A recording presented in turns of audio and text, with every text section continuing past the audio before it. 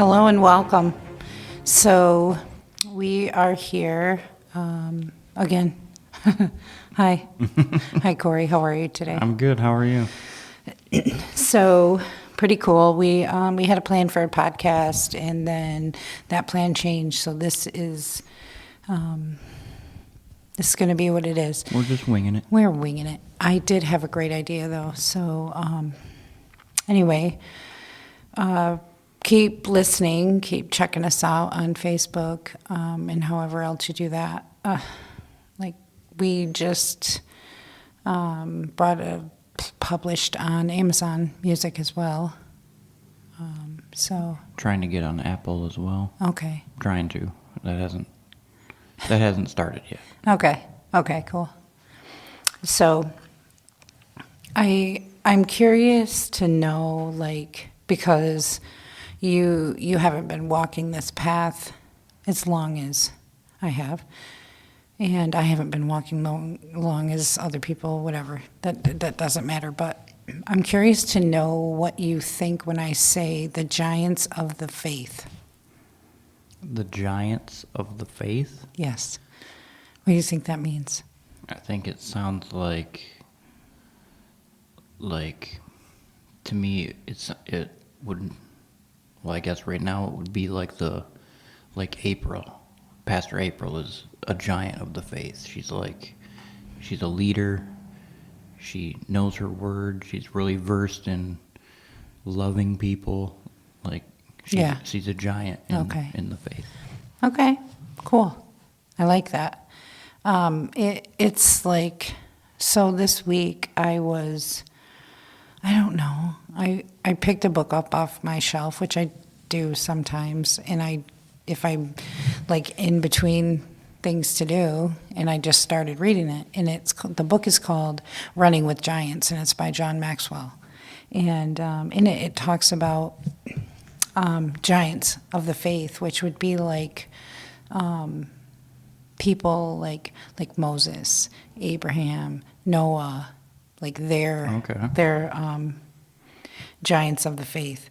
So it was really kind of cool because it kind of segued our life as if we're running a race. So if we're running a race, and right now we're running a race to be Christ-like, to be good people, to do what God wants us to do, to follow Him, to love Him, to be faithful to Him, or have faith in Him. And I literally only read one chapter, okay? So I don't have a full synopsis of the book, but it said, imagine that during this race that the giants of the faith are cheering you on, because there's a scripture about giants of the faith. I'm looking for it right now. I should have had it on cue, sorry. It's okay. We're winging it. You have patience for me? Well,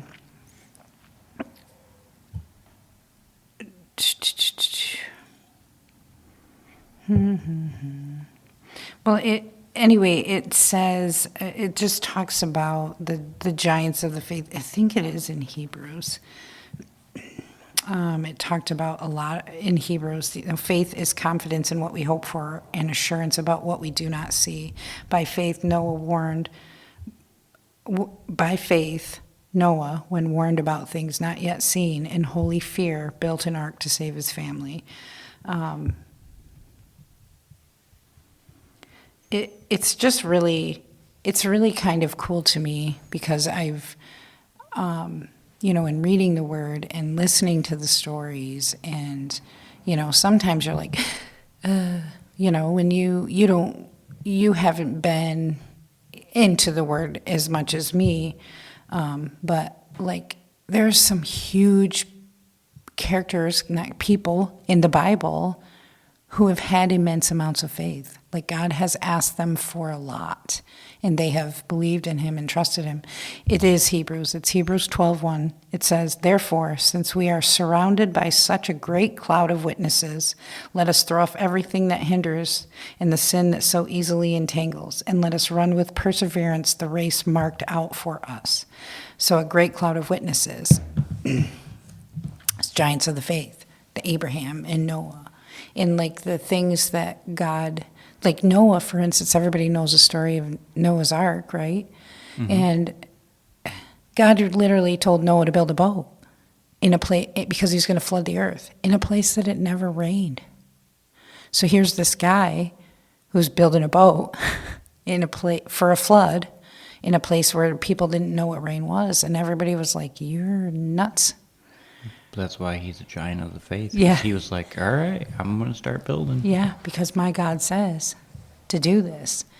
And it kind of spurred me on a little bit this week. Like, we don't see everything that God does. And I think in our human flesh, it's hard to grasp that. Like, it's hard to hold on to trust, like knowing that God is in control. I don't want to say it's hard, but it is hard. I mean, we literally are living our lives every day, and God is with us every minute of every day, but we don't walk with him every minute of every day. Like, you're like, God doesn't need to know that I'm taking the trash out, but he does. Like, I mean, you know what I mean? But like, faith is, I have faith. I've seen God do so many things, and I've seen him answer prayer after prayer after prayer after prayer, even this week alone. Like, I just see God in the details and everything. And it reminded me that the race that I'm on is I need to be more faithful. Not that I don't have faith in God, but I hold on to a lot of my own life. I try to be God of my own life. In the ministry, I try to handle everything. Like, I don't, God doesn't need me to help me make copies. God doesn't need to help me make a spreadsheet. But this week, I said, God, I need your help with these things, because do I need to be doing these things? Are these things I need to be pursuing? Are these things? And so I'm trying to really include him in all the details. And then in reading the book, reminding myself that a cloud of witnesses is cheering me on, which are Noah, Abraham, Moses, who've done really hard things, are up there like, you can do it. I know it's silly, but sometimes this is hard. Sometimes this is hard. Sometimes it's hard to trust. To like fully surrender and Yeah, like everything, like financial. I don't need to worry about anything because God works everything out all the time. And there's a difference between knowing that there are things that I need to do and creating a plan in my mind that I'm going to do this, this, this, and this, and sitting and worrying, how am I going to do this? How's this going to happen? You know what I mean? I did that this week. I have a breakfast tomorrow. I was preparing all the things. I'm also watching my grandson. How am I going to do all these things? And it hit me all of a sudden, like, I was like, yeah, it's going to be no problem. And it hasn't been a problem, but I'm not, because I didn't dwell in the worry about it. Just like, we're just going to keep pushing forward and keep getting things done. And I think life is like that. If we sit and worry, then we're not fully trusting God. If we are worried and it is stressing us out, then we aren't trusting God. And I think that I don't know what the word is, underestimate God sometimes when it comes to things like that. Like, we're like, what are we going to do? How are we going to get this done? How's this going to happen? almost like he's not going to care to help with this. Like, this is my stupid problem. Why would he worry about that? Yeah, absolutely. And sometimes when you can sit back and you get to see your prayers answered, and it is nowhere near, not nowhere, it's pretty near, what you envisioned your answered prayer would look like. But it's not the same, but it's just a boost of your faith. Like, God really is in everything. He is in all the details. I don't have to worry about things. I have to be responsible. I have to have self-control. I have to plan things. But if I'm not doing it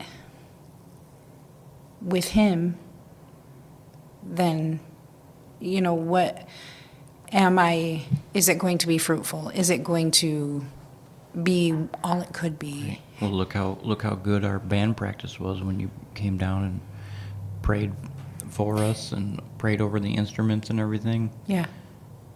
And everything was it was just perfect. Because he hears our prayers and he cares about us and loves us. But we don't, we hold so much, I don't want to say we, like I'm speaking for everybody. That's literally not what I'm doing. I hold so much back, and I don't even realize I'm holding it back. I'm going to use this as an example. Somebody sends me a text message, and that text message rubs me the wrong way. I have choices, right? Mm-hmm. A lot of times I bounce it off you. Tell me what you think about this, because I don't want to read too much into it. I don't want this to be, I don't want to take this the wrong way. I don't want to, and a lot of times I have to ask God, I need your help with this. Even from work, if I need your help with this, because I need to execute this at Christ-like level. I need this cheat code, please. And then to watch him guide me through all the things in life, because he'll guide you through everything, no matter what you're doing. I literally made a spreadsheet, and I prayed about it. God, if this is a waste of my time, please tell me. But if not, then I need you to be in the details of this. I need this to be intentional, and this needs to be what you want it to be, what your will is. Because we get so caught up in our lives, and we think me, or us. But the reality is we're here for his mission. Yes, he wants us to be happy. Yes, he wants us to, be blessed and be happy, and he loves that. He loves us. Of course he does. But the reality is we're not here for us. We're here for him. We're here for a short period of time, and it's all for him.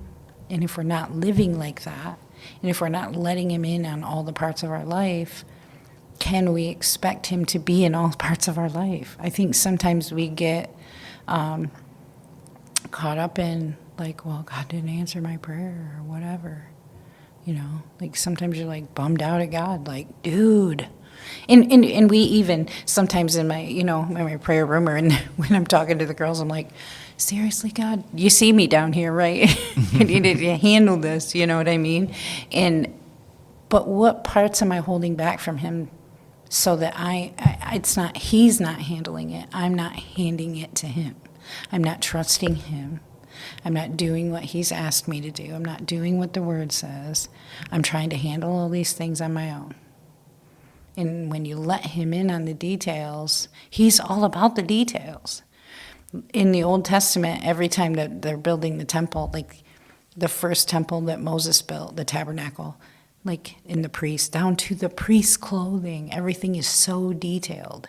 And it's so, the eyelets for the curtains, to the number, what they look like. It is serious. He is seriously in the details of all of that. And if he's in the details of a curtain, he's in the details of me, and he's in the details of you. I think he had a big hand in the Lions winning that game on Sunday. Serious Somebody had a hand in that. Oh man, serious details. Or maybe he's just, I love Chris said, I never prayed for football, but I prayed today.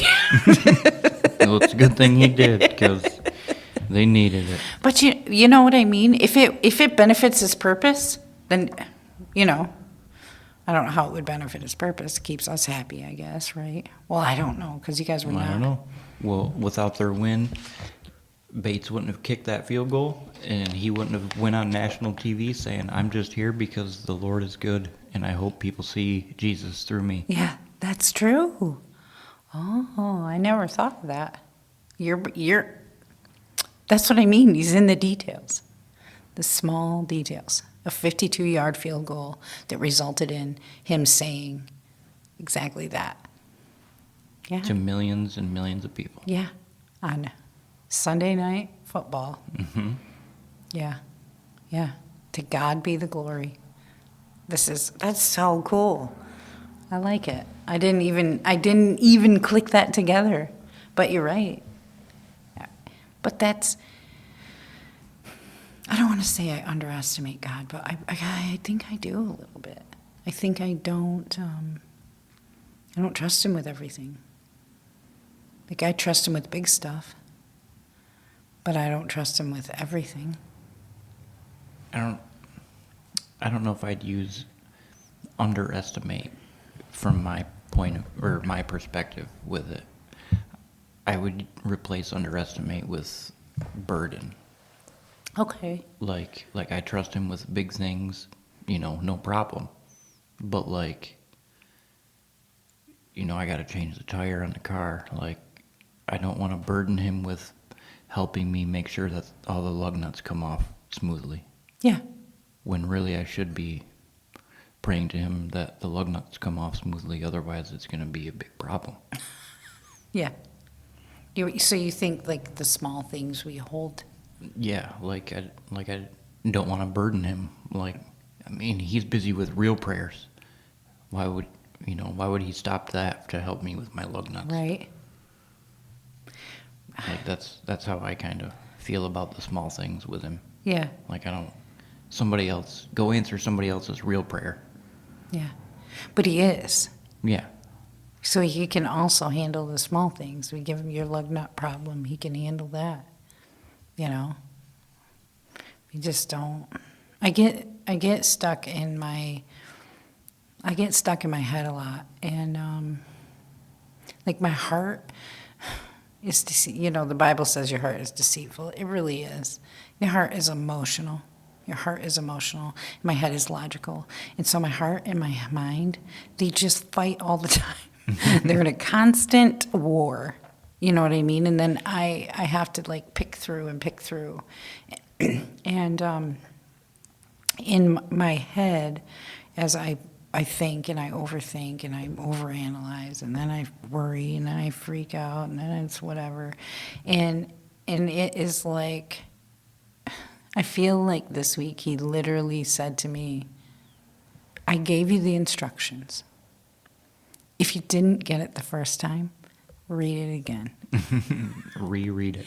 Reread it. I've given you the instructions. I've told you what to do, but you're not doing it. You can't expect me to, you have to do what I've asked you to do. You do, and I imagine that's a problem that we all have, really. Isn't that what Bible stands for? Basic instructions. Before leaving Earth. Yep. Yeah. Yeah, and I mean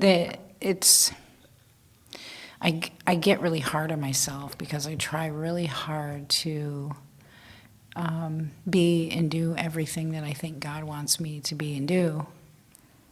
When in reality, I think that I've got a preconceived notion of what it is that He wants me to do and how He wants me to do it. And if I don't check those boxes, I'm going to let Him down. And my biggest fear is I don't want to let God down. I don't think anybody ever intentionally is I don't care. I don't think anyone wants to let God down. But I really will beat myself up about it. And I think that is the enemy trying to stop me from moving forward. Because if he cements me back in my own feelings of I didn't do good enough, I'm not doing good enough, Mm-hmm. And in all honesty, in prayer, it's those really humble, really real, heart cries to him, like that when he answers me, it's in a way that is like, oh, duh. I already knew that. I just got caught up. But, like, why can't I get it?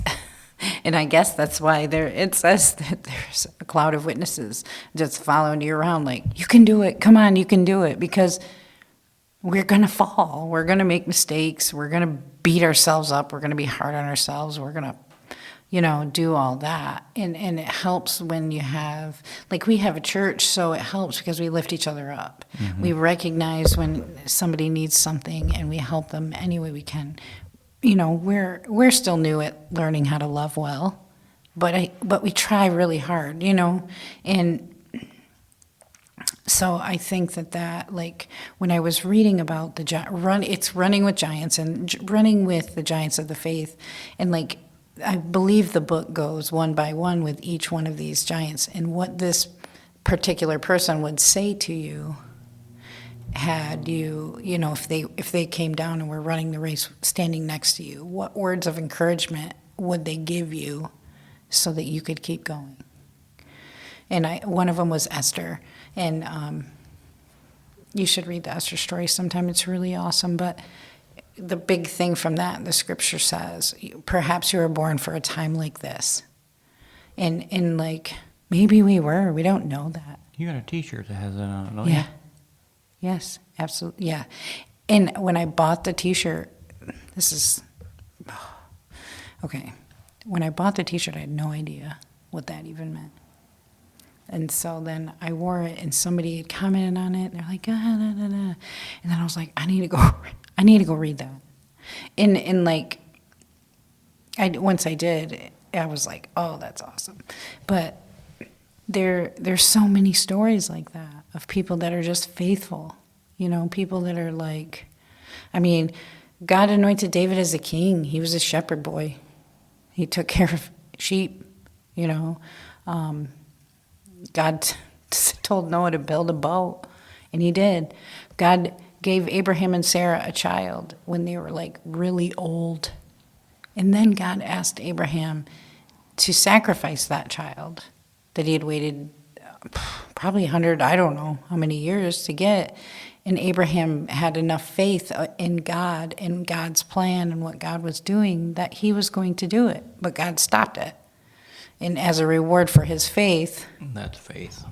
Dude, for real. But why don't we have that faith? We see him moving and working and doing things all over the place. So why don't we have that? Why don't we have that immense, giant faith for him to carry us through the small things as well as the big things? Like, no, that's a good question. It's like changing your career. You want to change your career. Are we as a married couple who's one, praying every night about that decision together? Are we saying, God, we want you in the details. We want your will to be done. We know that you'll take care of us. Is this the right path that we're supposed to be on? Are these the right things that we're supposed to be doing? Are we doing, are we being good stewards of our time? Are we being good stewards of our money? Can you, that's all we got to do. It seems really easy.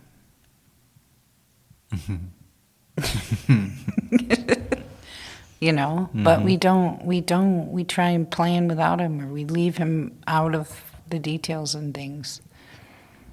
And I think that is a mistake. Detrimental. Yeah. Yeah, absolutely. It doesn't, because we don't move forward, he doesn't move us forward in our walk if we don't learn the lessons in this part. Right. You gotta respawn and try again. Yeah. Yes. It's like respawn. Let's try this again. Back to the start of the level for the again. third time. Haven't you figured this out yet? But he doesn't. He's patient. And he knows our motives and he knows our intentions, and I think that's part of the reason why he's so patient with us, is he realizes that we our intentions are good. We're just dumb. We don't get it or something. Stupid humans. Like, we don't. I think I said that in the prayer of this room this week. Like, I feel like I have to keep relearning the same lesson over and over and over again. Why can't I get it? Why can't it stick in my brain? What is it? So, I don't know. I'm on a quest for, like, come on, dummy, figure it out. You got to do a couple side missions first. Yeah, I don't know. Read a couple books, get in the Word some more, read some more stuff. But it was really, it was a really cool segue into reading in Hebrews 12, and then I think 11 and 12 were really like, and then getting into that book, I was like, oh, I'm not trusting you with all the stuff. I figured, okay, again, I'm not trusting you with all the stuff, you know. And I appreciate and I love that he is a father that tells us and guides us, and he's given us a teacher within us that we can keep learning and running this race to the prize at the end. You know, it's heaven and to be with him at all times. You know, and we talked about another thing we talked about this week was worship, and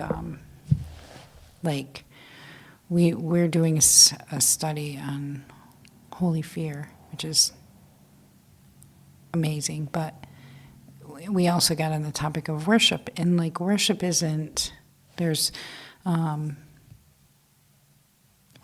about us per se. Like you play guitar in the worship team, it has nothing to do with you. And like, sorry, I think you're pretty cool, and I like it when you play your guitar and you're good at it. But you know, when we go into worship, it's about him. It's our gift to him. Our songs that we sing to him are a gift to him because of how amazing and how wonderful he is. And it was just pretty interesting.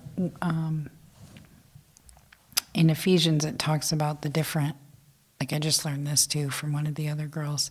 It talks about songs, psalms, worship songs, and hymns, and how they all have different meanings. But it's all basically a sacrifice to God, like a song, sacrifice song. Like you're worshiping him, you're giving to him.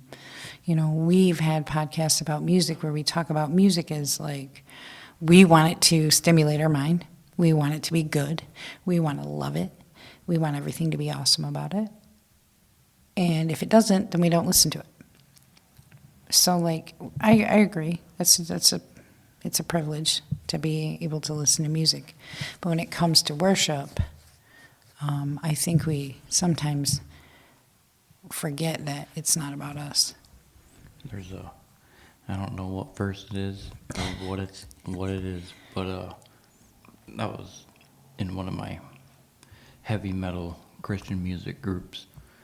Somebody was talking about they were, writing songs and playing songs at these places, and people were bitter at them. Like, you can't play worship music like that. That's not worship music. That's terrible music. And he pointed out some verse, and it says nowhere in the Bible does it say how to play worship music. In fact, there is a verse that says you worship the Lord with crashing cymbals and banging drums and however, something along those lines. So I was like, well, okay, heavy metal it is. Cool. Yeah, but it's all, it's your heart. I think it's your heart posture. You know what I mean? Yeah, the words matter, but it's your heart posture when you go about it. Right. So, yeah, our heart posture is it matters where we're coming from and what we're, what our intentions are. Worship to me is I don't want to leave it. I just want to stand and worship him. And that's what it's about for me, worship. And so it's pretty cool. And I like that it can be different for everybody else. I like that it can be a different, everybody can get a different flavor of it. You know what I mean? Like, you're going to get more from something like heavy metal, where I'm going to get more from like ballady, because that's Right. me, And Levi, he's just. Oh, he's so cute listening to you sing that today. So we're watching our grandson, and I was cutting up some potatoes or something. And I was like, "Listen, I figured out that if I put him in his pack and play, and if I sing to him, he likes it. He sings to me, And so I was singing "Amazing Grace" to him, and he is singing right, but he doesn't talk, but he was singing right back to me. Oh yeah, big old smile on his face Yeah, too. he loved it. It was, and that's how we should be. Like, just joy, like the joy. I like it. When playing on the worship team, like sometimes I'll look up from the music that I'm playing and see everybody, and seeing everybody worship and just like, giving everything to God. It's a privilege to be able to play the music, to bring people in and, set that up for them. But it's distracting to me, because like, You're trying to play. I'm trying to play, and I get all in my feels, and then I look down and realize, like, oh, I have totally forgot where I'm at, because my brain went up over here, and I'm like, oh, look at them, that's beautiful, and I look back at my music, and I'm lost. Oh yeah, okay, here I am. Okay, back on track. Yeah. Yeah. It is pretty. And like during the baptisms, playing during that, like, it's great. That's my favorite part, when people are getting baptized when we're playing. But it's difficult, because I want to clap and celebrate, and I'm watching, and it's just difficult. But it's by far my favorite part of it. Yeah, that's awesome. It's awesome. It's different too, like, I know we're just going to talk about 85 things, but so you've been playing guitar since I met you. And It's been about 20 years. Is it different now when you play guitar for the Lord in comparison to when you just played guitar? Like, yes, I've grown as a player in the last year.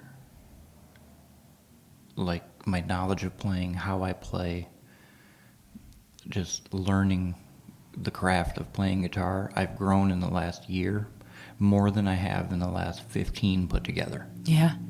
Yeah. Is it because, do you have a reason why? Well, God, for one, has had his hand in it. Yeah.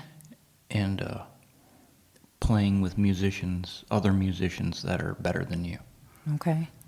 Helps a lot. You learn a lot. You realize where you thought you were really good at something, and then you play with somebody who's exponentially better, and you're like, okay, I got some stuff to work on, and you do. And then it spurs you on. Yeah, it's motivational, but ultimately it's God, because I wouldn't be playing worship music without it, and I wouldn't be in a rock and roll Christian band without it.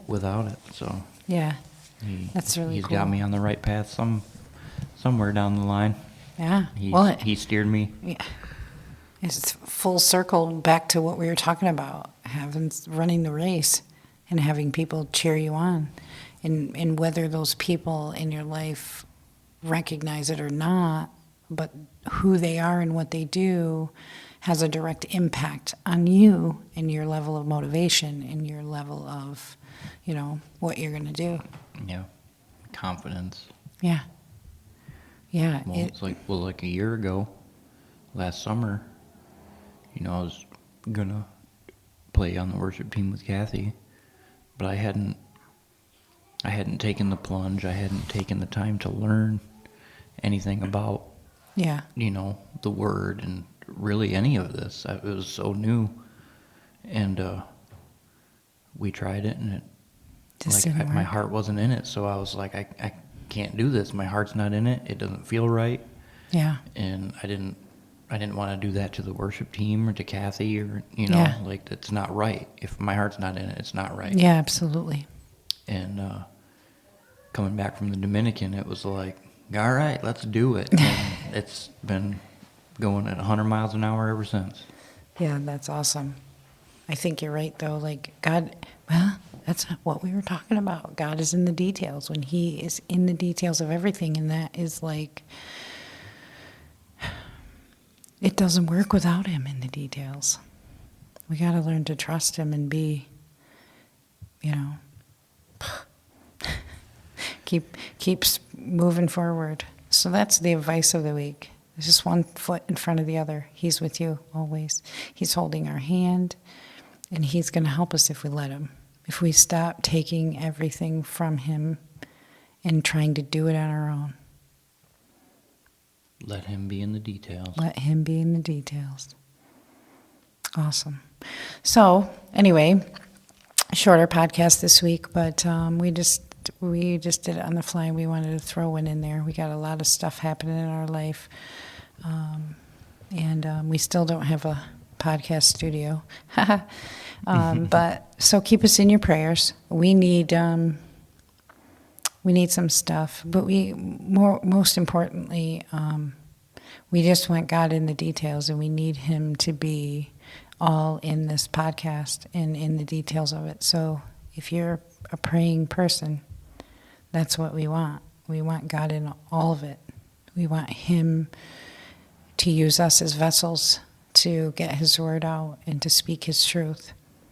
So have a good rest of your week. Get a hold of us on Facebook. Check us out on Amazon or Spotify. And see you later.